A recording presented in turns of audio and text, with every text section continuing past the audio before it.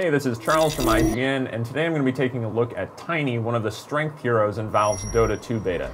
Now, Tiny is supposed to be up at the front of a fight at all times. His auto attack is basically a punch. He hits people with a giant rock arm, and as you level him up, will deal incredible damage to things up close.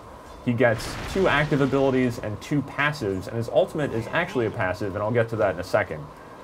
The other passive is Craggy Exterior, which as you rank up delivers a chance to stun and deal damage to nearby attackers, which means that if you're playing against Tiny and you're trying to take him down, usually a good idea to try that from range. Even though Tiny is supposed to be on the front lines at all time, he still can attack from a distance.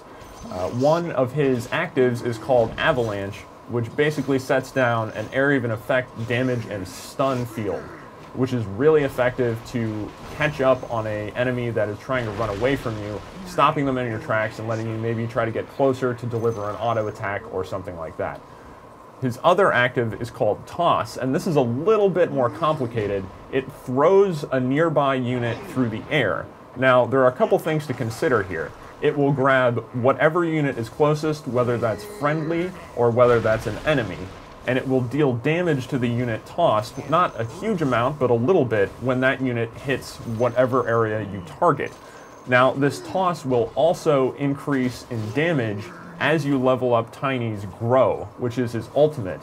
And every time you level up Grow, it is a passive ability that actually increases Tiny's size. So he starts out as a small rock creature, and by the end of a match, he is this giant walking mountain. Grow has a few effects. It slows down his attack speed, so he can't attack quite as frequently, but it does increase the damage he deals. So every swipe becomes all the more devastating to any opponent. Each rank of Grow also increases Tiny's movement speed, so he can get around a little faster, which is certainly helpful for chasing down opponents, especially since he really doesn't need that many hits unless the opponent has a lot of HP to kill someone. One thing to consider that while using Toss, because it deals damage to the thing that you actually throw, your teammates probably aren't going to be too happy if you decide to use Toss while they're the closest target to you, because then they're going to go flying through the air and you're going to deal damage to them. That's really not the best idea unless you desperately need to track down an enemy that happens to be fleeing and have no other way to do it.